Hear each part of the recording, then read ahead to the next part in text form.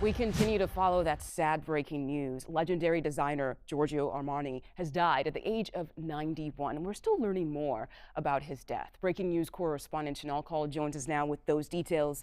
Shanelle, what more can you tell us?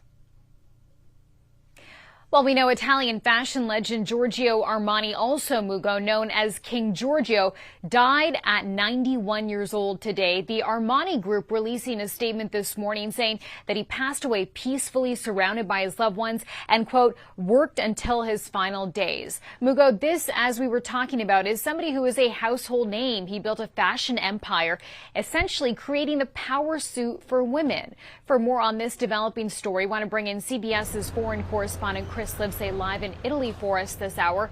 Chris, let's begin by talking about Armani's life and legacy. We know this is a real rags to riches story.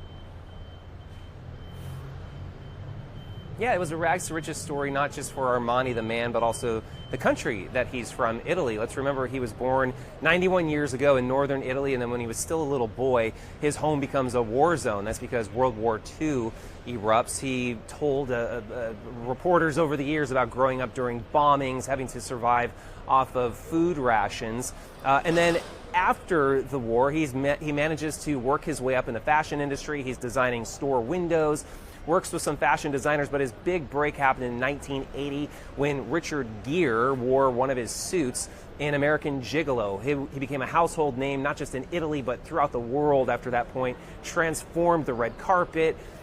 Wall Street executives started wearing his suits. And this was a real transformation also for Italy, sort of playing out in the fashion world, because Italy had been this country that was hit so hard during World War II, really brought to its knees. And then that post-war economic boom that took off was sort of personified in the suits and everybody who wore them. So you can imagine this entire country is mourning not just the loss of a man, but the symbol that he represented to the entire country. Yeah, and speaking of what's happening in Italy, tell us a bit about reaction there on the ground today to Armani's death.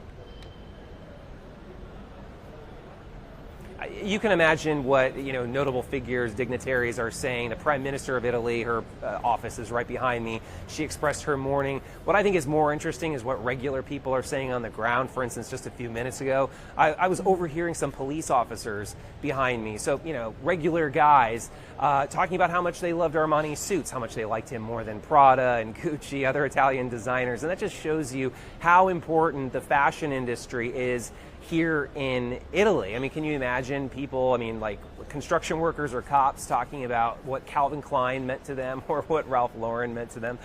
It shows you not just what the fashion industry meant, but what this man represented, not just to, the elite, to fashion models, to, Hollywood movie stars who wore his suits, but just to everyday Italians who took a lot of pride in those clothes.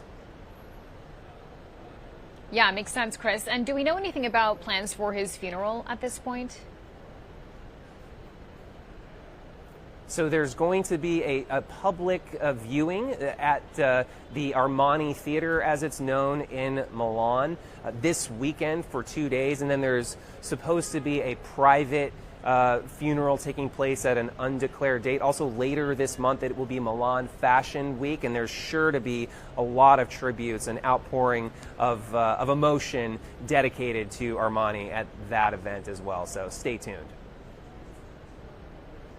All right, CBS's foreign correspondent Chris Livesay, thank you so much for your time and perspective there. We appreciate this. Mugo, I'll send it back to you.